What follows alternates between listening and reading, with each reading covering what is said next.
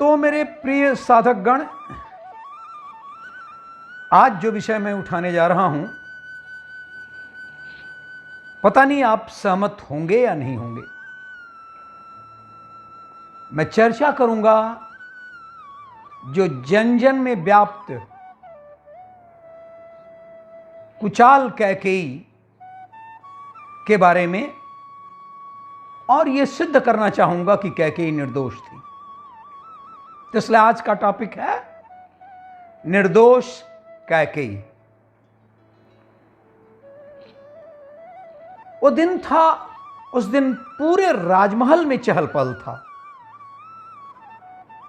राजमहल सजा हुआ था, बंदनवार लगे हुए थे, सेवक अपनी नई नई पोशाकों में सज धज करके अपने अपने नियत स्थानों पर तैनात थे।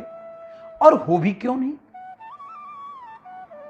आज राजा अश्वपति के विशिष्ट मेहमान, विशिष्ट अतिथि, चक्रवर्ती महान सम्राट राजा दशरथ आने वाले थे अश्वपति के घर। उनके स्वागत के लिए सभी महल के जितने भी द्वार थे उस पर लोग प्रतीक्षा कर रहे थे। उनकी युद्ध कौशल और महानता की चर्चाएं अश्वपति के महल के सभी लोग जानते थे। इसलिए सभी उनके एक दर्शन मात्र के लिए आतुर थे, क्योंकि राजा दशरथ महान शक्तिशाली और राजा हरिश्चंद्र जैसे महान राजाओं के समान माने जाते थे। अच्छा देखिए, उनकी देखरेख के लिए मुख्य द्वार पर राजकुमारी कैकेयी खुद लगी हुई थी। तभी रथ पर सवार महाराजा दशरथ मुख्य फाटक के बाहर पहुंच गए। इधर कैकेयी तो सजी हुई थी, सज धज करके इस विशिष्ट अतिथि का स्वागत करने के लिए मुख्य द्वार पर स्वागत के लिए थाल लिए खड़ी थी। राजा अश्वपति ने महाराज दशरथ की अगवानी की और मुख्य द्वार की ओर लाए। कैकेयी ने राजा दशरथ का स्वागत किया, तिलक लगाया, और राजा दशरथ भी इस अनिंद्य सुंदरी कैकेयी को देखकर उनकी आंखें चमक उठी। ऐसा सौंदर्य इंद्र के दरबार में अप्सराओं को ही नहीं प्राप्त था। इस बुढ़ापे में भी राजा दशरथ का मन विचलित हो उठा। इस अप्रतिम सौंदर्य को राजा अपने महल में देखना चाहते थे। तो जब स्वागत सत्कार की औपचारिकताएं पूरी हुई, तब राजा दशरथ ने राजा अश्वपति से एकांत में विचार विनिमय किया और कैकेयी का अपने साथ विवाह के लिए प्रस्ताव रखा। किंतु राजा अश्वपति को इनका विवाह चूंकि रानी कौशल्या से हो चुका था और इसके होने के कारण अपनी बेटी कैकेयी का विवाह राजा दशरथ से करना स्वीकार नहीं था। फिर राजा अश्वपति ने राजा दशरथ से एक शर्त रखा, एक वचन मांगा कि यदि रानी कैकेयी का पुत्र ही अयोध्या का उत्तराधिकारी बनेगा तो कैकेयी का विवाह आपसे हो सकेगा। मैं यहां बता दूं राजा अश्वपति के बारे में, वो घोड़ों के भगवान थे, समझो। और यही कारण था कि उन्हें अश्वपति कहा जाता था। रानी कैकेयी का नाम उनके राज्य यानी कैकेय के नाम पर पड़ा। रानी कैकेयी 7 भाइयों की इकलौती बहन थी। यह दुर्भाग्य ही कहेंगे कैकेयी के साथ कि बचपन से ही मातृ प्रभाव से वो वंचित रही। कैकेयी के पिता ने कैकेयी की मां को अपने महल से बहिष्कृत कर दिया था। जब उन्हें पता चला कि उसकी मां यानी कैकेयी की मां का स्वभाव सुखी परिवार के लिए अनुकूल नहीं है। दरअसल बात क्या थी, अश्वपद को एक वरदान मिला था जिससे कि वे पक्षियों की भाषा समझने में सक्षम थे। कहते हैं कि एक दिन राजा और उनकी रानी अपने महल के उद्यान में टहल रहे थे। तभी राजा ने दो हंसों के जोड़ों के आपस में बात करते सुना। उनकी बातों से राजा बहुत ही अचंभित हुए। अरे, स्वतः वो मुस्कुराने लगे, हंसने लगे। उनकी पत्नी की जिज्ञासा बढ़ने लगी। बात क्या है? क्यों आप इस तरह से हंस रहे हैं? अचानक इस तरह से आप अस्थिर क्यों हो गए? तथ्य यह था कि राजा अश्वपति के जीवन के कुछ रहस्य के बारे में उन पक्षियों के बीच में वार्ता चल रही थी और यह वार्ता उन्हें पता चल गया और वे इसका खुलासा अपनी रानी के सामने नहीं करना चाहते थे। उनकी पत्नी राजा की खुशी का कारण जानने के लिए भी आतुर थी। पक्षियों की वार्ता से जब राजा को यह पता चला कि उनकी पत्नी को उनके जीवन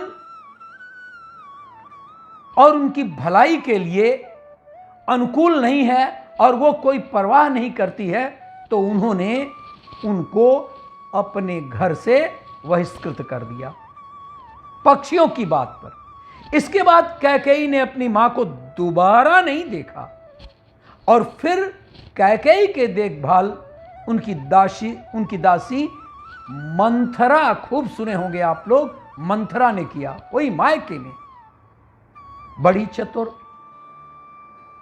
प्रतिभा संपन्न, वो दरबार में अपने महत्व को आगे बढ़ाने के लिए तमाम योजनाएं भी बनाया करती थी और कैकेयी की प्रिय थी।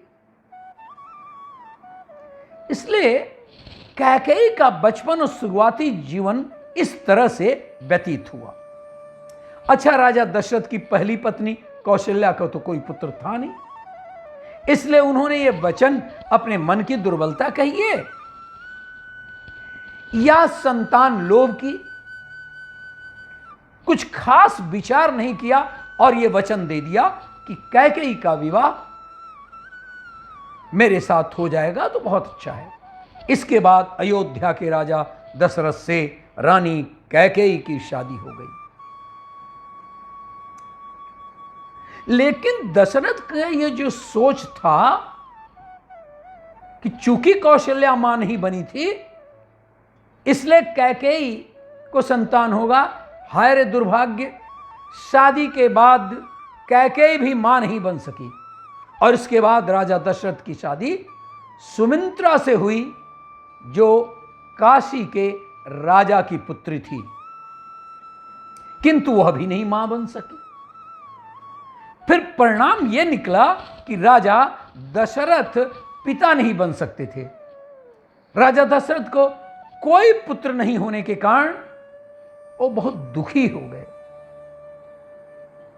कहते हैं 10,000 वर्षों तक जिए थे वो, और संतान, सोचिए कि संतान कोई भी ना हो और इतने महान अयोध्या का कोई अगला वारिस न हो। राजा दशरथ का झुकाव फिर भी अपनी दूसरी पत्नी कैकेयी की ओर ज्यादा था, क्योंकि वह रूपवती थी।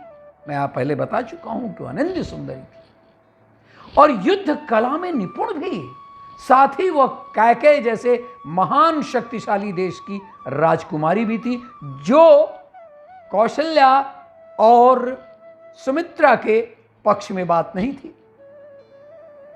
आइए अब हम रानी कौशल्या और रानी सुमित्रा की चर्चा थोड़ा कर लें, उसके बाद में फिर हम आगे कैकेयी के बारे में चर्चा करेंगे।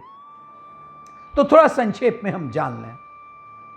रानी कौशल्या रामायण में एक ऐसी स्त्री का नाम है जो स्वभाव में बहुत ही मधुर, मृदु, मातृत्व भाव से युक्त, धैर्यवान व कर्तव्यनिष्ठ थी। उन्हें भगवान विष्णु के 7वें अवतार भगवान श्री राम की माता होने का सौभाग्य भी आगे चल करके प्राप्त हुआ। लेकिन उन्होंने अपने जीवन में ज्यादातर प्रथम रानी होते हुए भी कष्ट ही कष्ट देखे थे। कौशल्या एक राजा की पुत्री, एक राजा की पत्नी और एक राजा की मां होकर के भी हमेशा कष्ट में रही, लेकिन उन्हें कभी भी अपना धैर्य नहीं खोया। कौशल्या के पिता का नाम सुकौशल, चाहे तो नोट कर लें अपने मस्तिष्क में, कौशल्या के पिता का नाम सुकौशल और माता का नाम अमृत प्रभा था, जो कि कौशल देश के राजा रानी थी। और यही कारण था कि कौशल के सुपुत्री थी कौशल राज्य के, इसलिए उनका नाम भी कौशल्या पड़ा। जब कौशल्या विवाह योग्य हो गई तब उनका विवाह अयोध्या नरेश महाराजा दशरथ के साथ हुआ। वे उनकी प्रथम पत्नी थी तथा अयोध्या की प्रमुख महारानी भी। कुछ समय पश्चात राजा दशरथ व कौशल्या को एक पुत्री का जन्म हुआ जिसका नाम शांता था। शांता भी अपनी मां की भांति धर्म का पालन करने वाली थी। एक दिन कौशल्या की बहन, यह भी आप मस्तिष्क में रख लेंगे, वर्षिणी, अपने पति सोमपद के साथ अयोध्या आई हुई थी। सोमपद अंग देश के राजा थे, लेकिन उन्हें कोई संतान नहीं थी। उनका यह दुख देकर के राजा दशरथ ने, खुद की संतान नहीं थी लेकिन फिर भी अपनी पुत्री शांता को, वर्षिणी को गोद दे दिया। शांता का विवाह आगे चल करके श्रृंगी ऋषि से हुआ था। यही श्रृंगी ऋषि थे जो आगे चल करके आप जानेंगे कि जिनके यज्ञ करने पर आगे वो श्री राम, भरत, लक्ष्मण, शत्रुघ्न का जन्म हुआ। आइए हम अभी चलते हैं। आमतौर पर यह देखा जाता है कि एक सौतन का दूसरी सौतन से लगभग थोड़ा बहुत तो जरूर ही बैर भाव रहता है, लेकिन कौशल्या ने कभी भी अपनी दोनों सौतनों के लिए ग्लानि भाव नहीं रखा। इसका उल्लेख रामायण की चौपाइयों में खूब मिलता है, जो चौपाइयों से प्रकट होता है कि कौशल्या अपनी दोनों सौतन को हमेशा अपनी बहन की दृष्टि से ही देखती थी। कैकेयी के स्वभाव के विपरीत, कैकेयी थोड़ा तेज थी, लेकिन कैकेयी के स्वभाव के विपरीत उन्होंने हमेशा दोनों को बहन समझा। वह अपने पति की सेवा में भी करती रही। रानी सुमित्रा के पिता थे राजा सुमंतन। फिर से बोल दूं, रानी सुमित्रा के पिता थे राजा सुमंतन और वह सुमित्र देश के राजा थे। और यही कारण है कि सुमित्रा की माता ने उनका नाम सुमित्रा रखा, उनके अपने देश के कारण, अपने देश के नाम के कारण। और उनकी मां का नाम रानी चंद्रमणि था। इस सुमित्र देश को चंद्रकला नगर भी कहा जाता था। इस तरह महारानी सुमित्रा का मायका चंद्रकला नगर था। महाराज सुमंत की 66 रानियां थी। 66 मतलब 66 रानियां थी। उनमें बड़ी रानी का नाम था चंद्रमणि। सुमित्रा का नाम उनके देश सुमित्र के नाम पर ही रखा गया था। तो महारानी सुमित्रा अयोध्या नरेश राजा दशरथ की तीसरी पत्नी हुई, जिन्होंने एक पुत्री का, एक पत्नी का, एक सौतन का, एक माता का तथा एक विमाता का दायित्व भी उन्होंने बिना विचलित होते हुए निभाया था। महारानी सुमित्रा एक धैर्यवान, कदाचित सबसे होशियार, निर्भीक तथा कर्मठ महिला थी। वो ऐसी आदरणीय नारी थी, ऐसी ममतामयी माता थी और ऐसी पतिव्रत पत्नी थी जिसका रामायण के चौपाइयों में खूब चर्चा है। महारानी सुमित्रा देश की राजकुमारी थी, बता चुका हूं।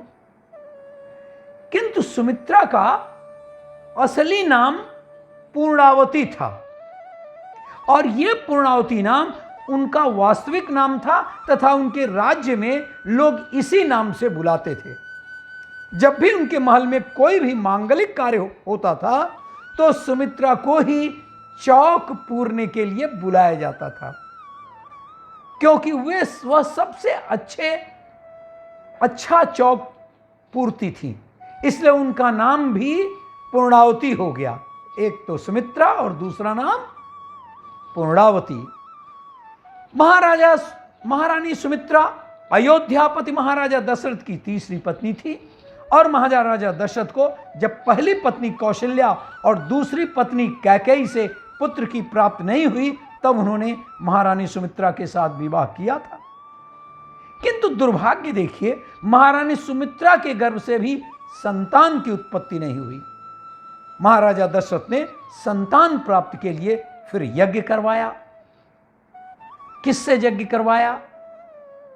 वही राजा दशरथ जी के दामाद कहिए या महान ऋषि कहिए, श्रृंगी ऋषि से। और उस यज्ञ के फलस्वरूप खीर के 2 दोने निकले। राजा दशरथ ने क्या किया कि एक खीर का दोना माता कौशल्या को और दूसरा खीर का दोना माता कैकेयी को दे दिया। और फिर तब माता कौशल्या ने और माता कैकेयी ने अपनी अपनी खीर में से आधा आधा हिस्सा सुमित्रा को दे दिया। इस प्रकार महारानी सुमित्रा ने लक्ष्मण तथा शत्रुघ्न को जन्म दिया। लेकिन इसका कि कोई अर्थ नहीं कि वो फिर अपने दूसरे पुत्रों को जो माता कौशल्या और माता कैकेयी से प्राप्त हुए थे, राम और भरत को, वह कम प्यार करती थी। अपने पुत्रों से भी ज्यादा प्यार करती थी राम और भरत को। महारानी सुमित्रा ने अपने दोनों पुत्रों को श्री राम और भरत की सेवा में समर्पित कर दिया था। उन्होंने लक्ष्मण तथा शत्रुघ्न को द्वेष, मद, क्रोध और लालच से दूर रह करके मन, वचन तथा कर्म से अपने भाइयों की सेवा करने का आदेश दिया था। अब रानी कौशल्या के चरित्र व धैर्य की परीक्षा की घड़ी आई। जब उनके पुत्र को 14 वर्ष का वनवास हुआ। मैं उस विस्तार में नहीं जाना चाहता ना, आप सभी जानते हैं कि किन परिस्थितियों में 14 वर्ष का वनवास हुआ। दरअसल कौशल्या विवाह के बाद से ही अपने पति दशरथ व कैकेयी की उपेक्षा सहती आई थी, लेकिन कभी भी उसने कभी भी धर्म का साथ नहीं छोड़ा। ये वो समय था जब श्री राम अपने सभी भाइयों के साथ गुरुकुल से शिक्षा ग्रहण करके बहुत वर्षों के पश्चात अयोध्या लौटे थे। इसके कुछ समय पश्चात ही चारों भाइयों का विवाह हो गया था। वो घर में 4 बहुएं आई थी और सब कुछ बहुत अच्छा चल रहा था। वो कौशल्या भी बहुत प्रसन्न थी, और हो क्यों नहीं, घर में 4 बहुएं। और जो उपेक्षित रहती थी, छोड़िए उस उपेक्षा की बात, उनको एक बहू बहुत प्यारी सीता मिल गई थी। बहुत समय बाद कौशल्या इतनी प्रसन्न हुई थी, लेकिन यह भी प्रसन्नता ज्यादा दिन तक टिक नहीं सकी। दशरथ ने श्री राम का राज्याभिषेक करने की घोषणा कर दी, लेकिन कैकेयी की कुचालों के कारण सब कुछ बिगड़ गया। और एक दिन पहले श्री राम के राज्याभिषेक की घोषणा हुई थी, तो अगले ही दिन भरत के राज्याभिषेक करने का निर्णय हुआ। वह श्री राम को 14 वर्ष का वनवास दे दिया गया। जब कौशल्या को इस बात की सूचना मिली, जड़वत हो गई कौशल्या।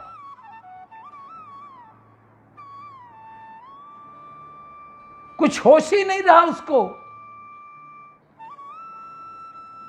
उनको संपूर्ण घटनाक्रम पर विश्वास ही नहीं हुआ। क्या हो सकता है? अभी अभी तो श्री राम का राज्याभिषेक होने वाला था, और फिर 14 वर्ष का वनवास। क्या हो गया? दशरथ भी राम को वनवास भेजना नहीं चाहते थे, लेकिन कैकेयी को अपने दिए हुए वचनों से बंधे थे। किंतु श्री राम अपने पिता के वचन को निभाने के लिए वनवास जाने को उद्यत थे।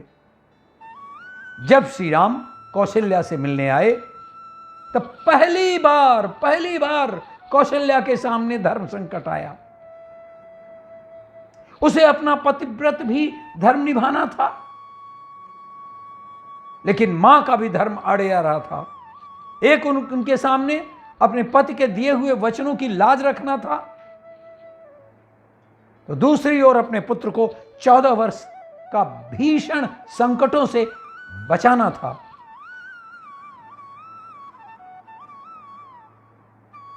तब कौशल्या ने बड़े ही सांकेतिक शब्दों में ही सही श्री राम को अपने पिता से विद्रोह करने को कहा था, लेकिन और वन में नहीं जाने की विनती की थी।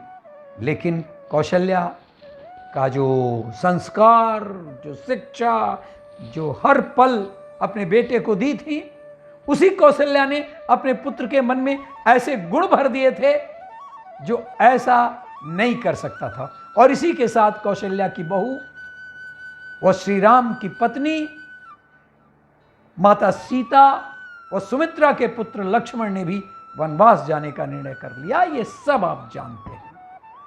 अंत में कौशल्या ने धर्म का परिचय देते हुए श्री राम के वनगमन को स्वीकार कर लिया था। कितना कारुणिक दृश्य वो रहा होगा। वह अपने रोते हुए पति को संभालने लगी। बड़े दुखी मन से कौशल्या ने अपने दोनों पुत्रों व बहू को वनवास के लिए विदा कर दिया। आइए हम लोग फिर उस सूत्र को पकड़ें जिसमें रानी कैकेयी की चर्चा कर रहा था मैं। तो श्री राम के वनवास जाने में यद्यपि प्रकट रूप से कैकेयी थी, किंतु यह सब जो कुछ भी हुआ उसमें श्री राम की इच्छा छिपी हुई थी। साधकगण इस बात को ध्यान रखेंगे, श्री राम की इच्छा उसमें छिपी हुई थी। उनको अपने इस योजना अत्याचारियों का वध करने के लिए पृथ्वी पर वो अवतरित हुए थे। एक बार तो भगवान राम ने यहां तक कहा था कि जो भी कोई माता कैकेयी को दोष देगा वो पाप का भागीदार होगा। यानी श्री राम सब कुछ जानते थे और खुद ये योजना बनाए थे। लेकिन शिकार हुई कैकेयी। तो कैकेयी जी अनुपम सुंदरी, बुद्धिमान, साध्वी और श्रेष्ठ वीरांगना थी। महाराजा दशरथ इनसे सर्वाधिक प्रेम करते थे, आप सब जानते हैं। इन्होंने देवताओं और असुरों के संग्राम में महाराजा दशरथ के साथ सारथी का कार्य करके अनुपम शौर्य का परिचय भी दिया था। कौन? कैकेयी। मैं पहले बता चुका हूं, वीरांगना थी। और महाराज दशरथ के प्राणों की 2 बार रक्षा भी की थी। यदि शंबरासुर के साथ संग्राम में महाराजा के साथ महारानी कैकेयी न होती तो उनके प्राणों की रक्षा असंभव थी। महाराजा दशरथ ने अपनी प्राण रक्षा के लिए कैकेयी से 2 वर मांगने को कहा और इन्होंने समय आने पर मांगने की बात कहकर उनके आग्रह को टाल दिया। मैं ये कह रहा हूं कि रानी कैकेयी की यह बात सोचिए कि लालची नहीं थी। 7 भाइयों की बहन थी, कैकेयी देश की राजकुमारी थी और उस रानी कैकेयी के लिए पति प्रेम के आगे संसार की सारी वस्तुएं तुच्छ थी। महारानी कैकेयी भगवान श्री राम के साथ सर्वाधिक स्नेह करती थी, प्यार करती थी।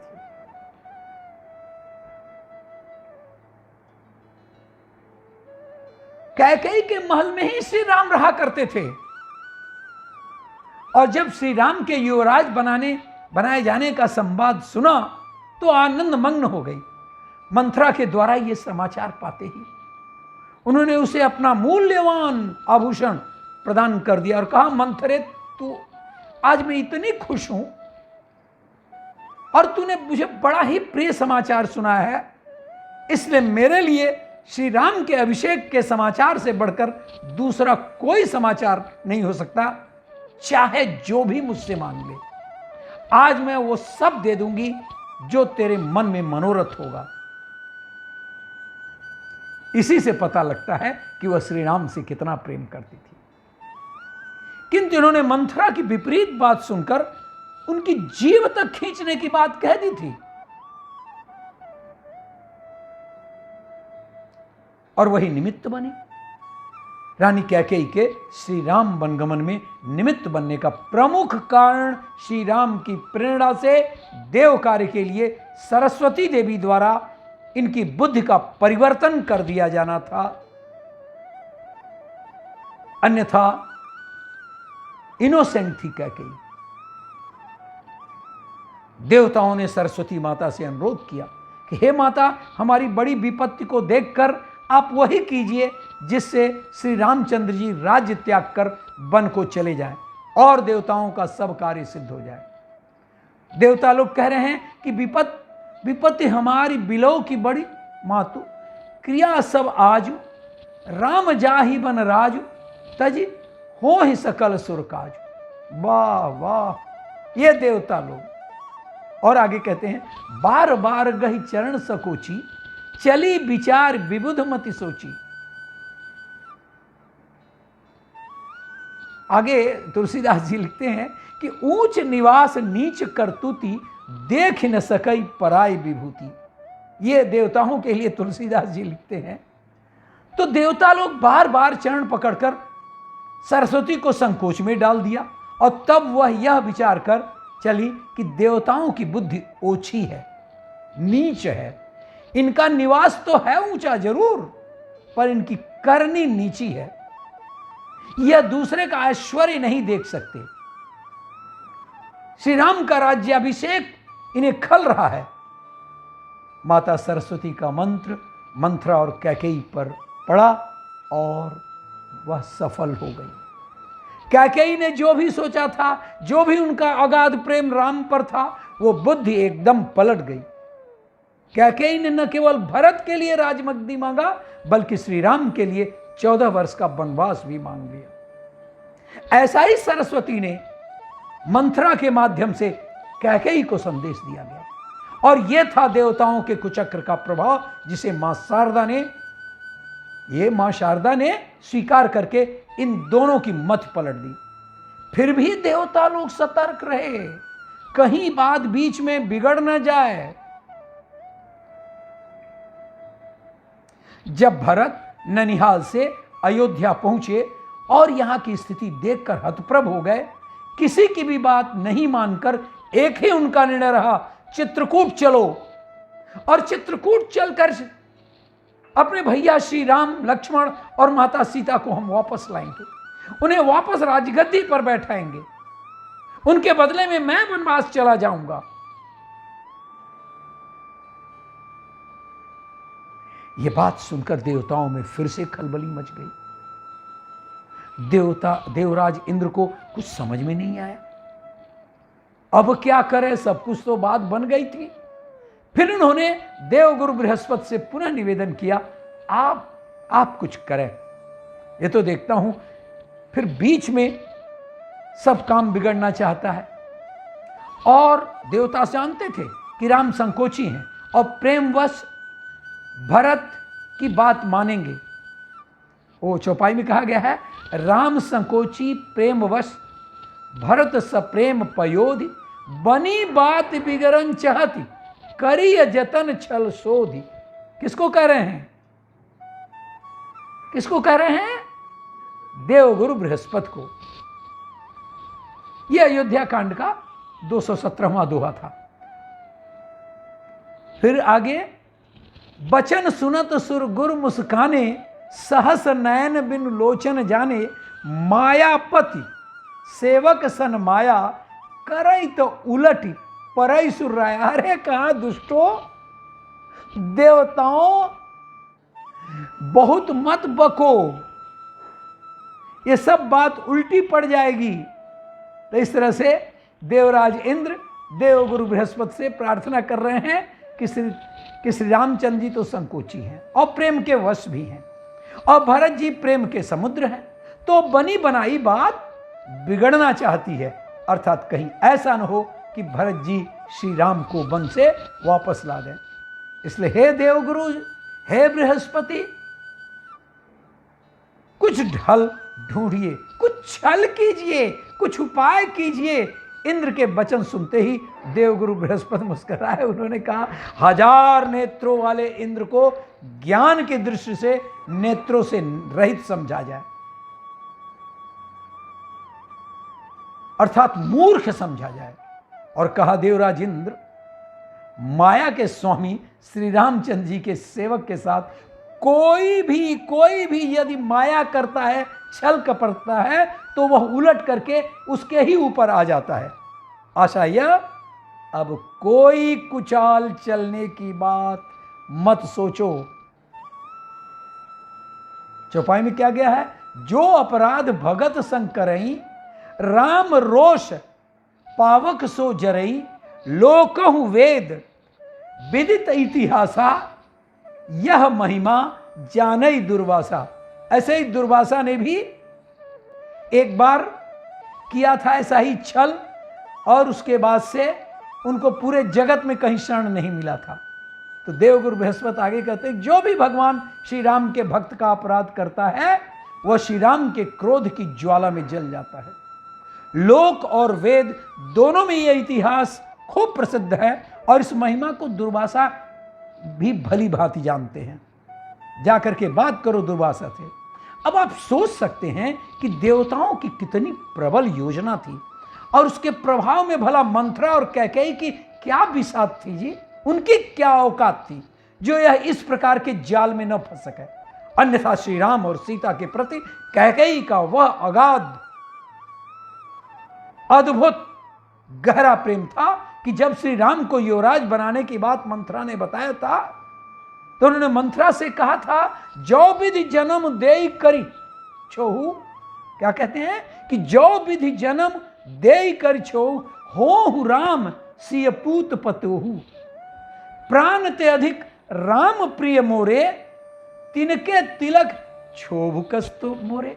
हे दुष्टा, क्या कह कहा था, जो विधाता कृपा करके जन्म दें तो यह भी दें कि श्री रामचंद्र जैसा पुत्र और सीता जैसी बहू हमें दें, किसी भी जन्म में, हर जन्म में। और श्री राम मुझे प्राणों से भी अधिक प्रिय हैं रे। उनके तिलक से या उनके तिलक की बात सुन करके तुझे, हरे मंथरा, तुझे क्यों छोड़।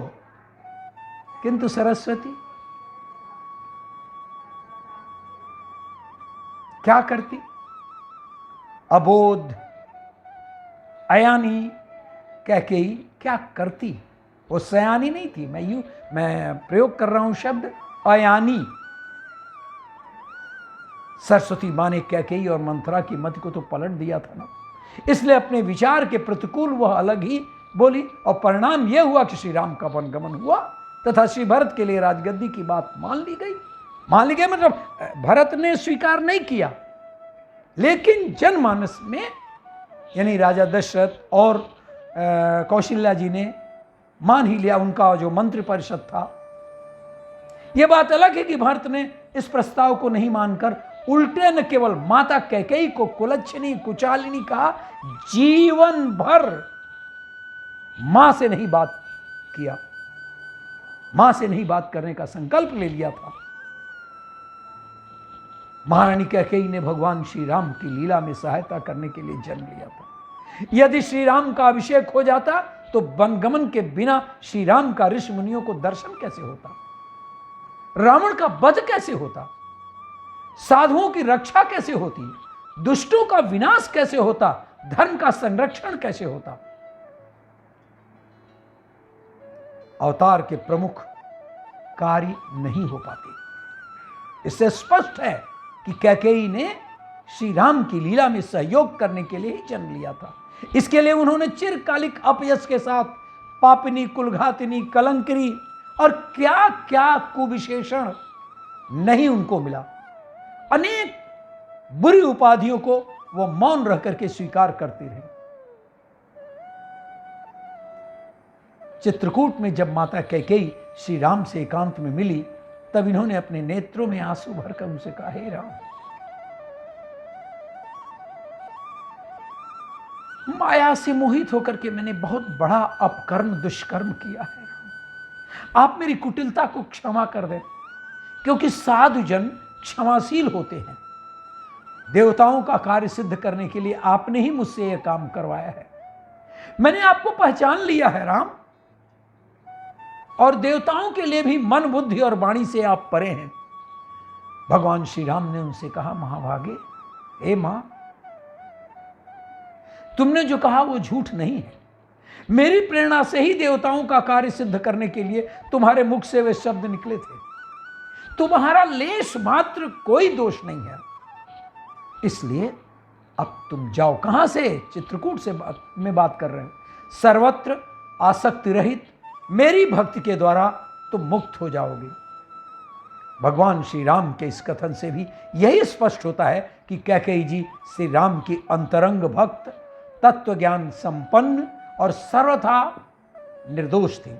उन्होंने सदा के लिए अपमान का वर्ण करके भी श्री राम की लीला में अपना विलक्षण विलक्षण योगदान दिया। आलम यह है कि आज कोई भी अपनी बेटी का नाम कैकेयी नहीं रखता है। भरत के सामने सबसे पहले कैकेयी के अपराध को कम करने का प्रयत्न गुरु वशिष्ठ करते हैं। वो कहते हैं, सुनहु भरत भावी प्रबल, बिलख कहेउ मुनिनाथ, हानि लाभ, खूब प्रचलित है, हानि लाभ जीवन मरण, यश अपयश विधिहात। मुन्नाथ ने बिलखते हुए कहा, सुनो भरत, भावी बड़ा बलवान है, हानि लाभ जीवन मरण यश अपयश ये सब विधाता के हाथ में। गुरु वशिष्ठ कैकेयी के अपराध को हल्का करने के लिए भावी को, विधाता को दोष दे रहे हैं। जब कोई अच्छा मनुष्य गलत कार्य कर बैठता है तो उसे तर्क संगत बनाने का यही एक उपाय बचता है। और फिर आगे क्या कहते हैं, अस विचार कही देव दोषु, व्यर्थ काहि पर कीजिए रोषु। ऐसा विचार कर किसे दोष दिया जाए और व्यर्थ किस पर किया जाए क्रोध। होनी को सर्वोपरि मानकर वशिष्ठ कैकेयी के अपराध के बोझ और भरत के दुख को हल्का करते हैं। वो भरत से कहते हैं, यदि कैकेयी सदैव से ही दुष्ट होती, इस तरह से समझाने की आवश्यकता वशिष्ठ को कैसे भला पड़ती? नहीं पड़ती। और जब भरत चित्रकूट की यात्रा पर जाते हैं तो यह उन स्थानों को देखना चाहते हैं जहां भाई राम, लक्ष्मण और माता सीता पहली बार रुके थे। निषाद राज गुह उन्हें उन सभी स्थानों को दिखाता है जहां जहां राम, सीता और लक्ष्मण ने विश्राम किया था। राजभवन की सुख सुविधा को भोगने वाले राम ने वनवासियों की तरह पहली रात किस तरह बिताई होगी, यह सोच सोच करके भरत कांप उठते हैं। उन्होंने मां कैकेयी को धिक्कारना शुरू कर दिया, रे पिशाचिनी, रे कुलक्षणी। निषाद राजगुह उन्हें समझाते हुए कहते हैं, दोष कैकेयी का नहीं विधाता। यहां भी निषाद राज कैकेयी को नहीं दोष देते हैं। चौपाई है, विधि बाम की करनी कठिन, जही मातु कीन्ही बावरी, तेही रात पुनि पुनि करही प्रभु सादर सरहना रावरी। विधाता की करनी कठोर है भरत जी, जिसने माता कैकेयी को बावली बना दिया था, पगला बना दिया था। उस रात श्री राम बार बार आदर पूर्वक आपकी बड़ी सराहना करते थे। निषाद के इस वचन में भी विधाता को ही दोष दिया गया है। कैकेयी को बुरी बनाने का दायित्व उस विधाता, उस भगवान, उस भावी ईश्वर के ऊपर छोड़ दिया गया था। और बताओ, भारद्वाज ऋषि भी सरस्वती को दोष देकर कैकेयी को बचाते हैं। भारद्वाज ऋषि द्वारा कैकेयी का किया गया बचाव शायद सबसे अधिक आंतरिक और तर्कपूर्ण है।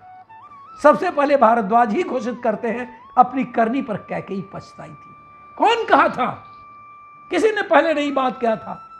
ऋषि भारद्वाज कहते हैं, तुम ग्लान जिए जन करहु, समुझ मात करतूती, तात कैकेयी दोष नहीं, गई गिरा मति धूति।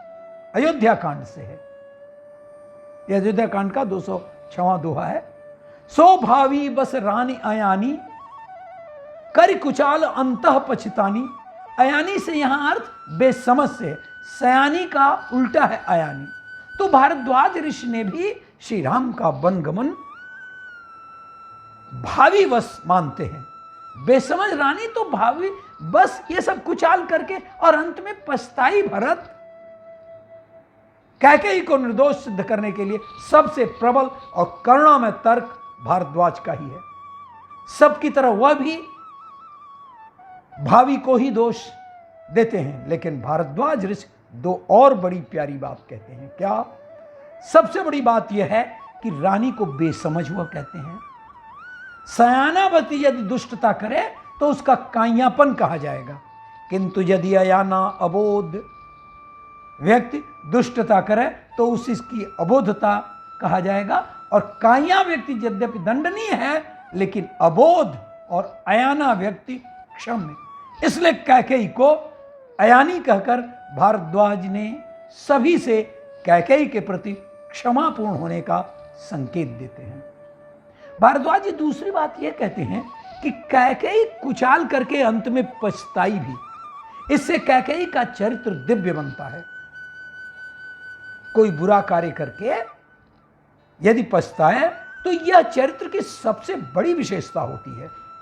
प्रायश्चित करके अपराध का शमन और शोधन करना चरित्र की सबसे बड़ी शुद्धता है। भारद्वाज जी कहते हैं कैकेयी ने कुचाल तो किया निसंदेह, पर अंत में उसे करके पछताई भी। इसलिए कैकेयी के पक्ष में इससे प्रबल तर्क किसी ने अभी तक नहीं दिया था।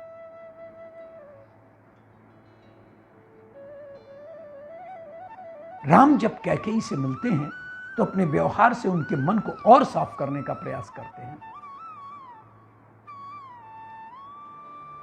चौपाई में क्या कहा गया है मानस में? प्रथम राम भेटी कैकेयी सरल सुभाय भगत मति भेई, पद पर कीन प्रबोध बहोरी, काल करम विधि सिर धरित खोरी। सबसे पहले राम कैकेयी से मिलते हैं और अपने सरल स्वभाव तथा भक्ति से उनकी बुद्धि को तरल कर देते हैं। फिर चरणों में गिरकर काल कर्म और विधाता के सिर दोष मढ़कर श्री राम ने उनको सांत्वना दिया। कैकेयी के अपराध बोध कम करने के लिए राम सबसे पहले उनसे ही मिलते हैं। राम ने सदैव कैकेयी को आदर दिया। कैकेयी ने भी राम लाडले बेटे थे, अतः राम ने कैकेयी के अपराध को ध्यान न देकर संबंध को ध्यान दिया। उन्होंने अपनी भक्ति और सरल स्वभाव से उनकी बुद्धि को बिल्कुल तर कर दिया था। वास्तव में महिमामयी कैकेयी की बुद्धि ही मारी गई थी। उनका हृदय तो सदैव ही विशाल था। बुद्धि की कुटिलता से ही उनका हृदय दूषित हुआ था। राम ने उनकी बुद्धि का शोधन अपने व्यवहार से किया। इतना ही नहीं, उनके पांव पकड़कर समझाया, काल कर्म और विधाता को दोष दिया, उनके मन के अपराधों को हल्का किया। कैकेयी को आदर देकर राम ने उनके चरित्र के सत्व को महत्व दिया, उनके आचरण की दुर्बलता को अपने ऊपर हावी नहीं होने दिया। अब तक के अपराध को कम करने के लिए लोग जो कुछ भी कर रहे थे वह कैकेयी के जानकारी में नहीं था,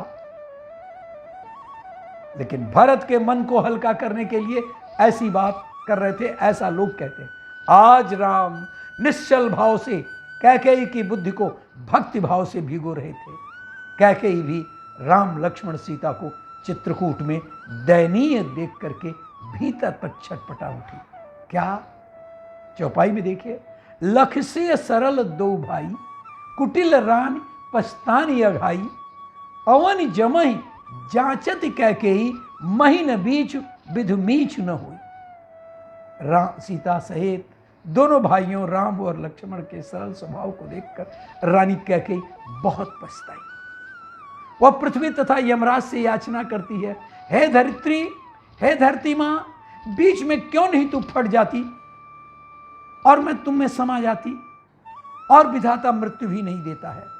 इतनी पछताई थी। भारद्वाज ने सही कहा था। कैकेयी के पछताने की जो बात कही थी वह उनके ऋषि स्वभाव की करुणा के प्रतीक तो थी, किंतु आज जो कैकेयी पछता रही है वह उनके हृदय की सात्विक अभिव्यक्ति है। वह धरती और विधाता से अपने लिए मृत्यु मांग रही है, और यही याचना उसके चरित्र को बहुत उदात्त बनाती है। श्रेष्ठ जन जब अपराध करते हैं तो परमात्मा से मृत्यु जैसा ही कठोर दंड मांगते हैं। राम को दुख में जीवन जीते देखकर यदि कैकेयी नहीं पछताई होती तो पत्थर दिल कही जाती, जो कि वो थी नहीं। अतः उनका यह पछतावा उनके पाप को धोता है, उनके चरित्र को निखारता है, उनके आचरण की क्षणिक दुर्बलता के ऊपर उनके आचरण की श्रेष्ठता को प्रतिष्ठित करता है। 14 वर्षों के वनवास के बाद राम को अयोध्या में देखकर बहुत ही कैकेयी ने सकुचाई, बहुत कैकेयी सकुचाई। अपराध बोध से संकोची कैकेयी को राम ने और पीड़ित तथा प्रताड़ित होने के लिए अकेला ही नहीं छोड़ा। श्री राम बहुत ही सजग थे। दयामय राम को पता था कि 14 वर्ष तक सबसे अलग थलग उपेक्षित कलंकित होकर के मां कैकेयी ने अपार दुख सहा होगा। अतः वे जब अपार भीड़ से मिलकर अपने भवन की ओर जाते हैं तो कौशल्या से नहीं, सुमित्रा से नहीं, वो एकांत में मिलने के लिए वे सबसे पहले कैकेयी के निवास पर पहुंच जाते हैं। चौपाई में इस तरह से है, प्रभु जानी कैकेयी लजानी प्रथम तासु गृह गए भवानी। शिव जी कहते हैं कि मां भवानी, हे मां भवानी, प्रभु ने जान लिया था कि माता कैकेयी लज्जित हो गई हैं, इसलिए पहले उन्हीं के महल में गए। सहृदय व्यक्ति देह भाषा से मन की भाषा को अधिक पढ़ लेता है। राम ने जब संकोच से युक्त कैकेयी को देखा तो समझ लिया कि भीतर से यह मां बहुत टूट चुकी है, लज्जित है। इसलिए कैकेयी के विराट व्यक्तित्व के इस मौन उद्घोष को राम ने समझ लिया और अपने अपराध के प्रति संकोच करती हुई और लज्जित होती हुई कैकेयी अपने चरित्र की दिव्यता को पुनः प्राप्त कर रही थी। राम ने इस शुभ कार्य में उनकी बहुत सहायता की। चौपाई में इस तरह से है, ताहि प्रबोध बहुत सुख दीना पुण्य निज भवन गवन हरि कीना। श्री राम ने कैकेयी को समझा बुझाकर बहुत सुख दिया और फिर से श्री राम अपने महल कौशल्या के पास गए। लज्जित व्यक्ति को प्रेम से समझाने से बढ़कर और कोई औषधि नहीं है। यदि समझाने वाला वह व्यक्ति हो जिसके प्रति अपराध किया गया हो तो उस सांत्वना का प्रभाव और कई गुना बढ़ जाता है। कैकेयी के मन के अपराध बोध को राम के अतिरिक्त और कोई कम नहीं कर सकता था। यह कार्य सार्वजनिक रूप से भी संभव नहीं था। इससे मां कैकेयी और आहत और लज्जित होती, अगर दुनिया के बीच में कहते और वो लज्जित होती। इसलिए राम स्वयं अकेले उनके महल में गए। यहां एक बात और ध्यान देने की है कि राम ने कैकेयी के पास आने में देर नहीं किया, तुरंत पहुंचकर उन्होंने अपने कैकेयी मां को यह संकेत दे दिया कि मैं तुम्हारी पीड़ा से परिचित हूं। ईर्ष्या, द्वेष और क्रोध में आकर तुमने भले ही मुझे दंडित किया हो, फिर भी तुम मेरे प्रति परम वत्सल हो। जिस व्यक्ति ने दुख दिया उसे जब दुख पाने वाला समझ में आ जाए तो इसमें एक आशंका होती है कि दुख देने वाला अपने को अपमानित अनुभव कर सकता है। राम कैकेयी को इस पीड़ा से बचाना चाहते हैं, अतः इन्हें समझाकर सुखी करते हैं। प्रबोध जब सुख बोध में बदल जाए तो समझना चाहिए उसका प्रभाव सकारात्मक है। राम ने अपनी ममतामयी मां के मन की ग्लानि को अपने प्रेम में डुबो करके सुख भाव से भर दिया। 14 वर्षों तक अपने उस अपराध के तप में जलती हुई निश्चय ही कैकेयी को एक प्रबल संतोष हुआ प्राप्त होगा। संभवतः इसी संतोष के सहारे वो भरत की उपेक्षा के बाद भी अपना शेष जीवन जी सकी होंगी। और ये था एक प्रयास कैकेयी की निर्दोषता के बारे में।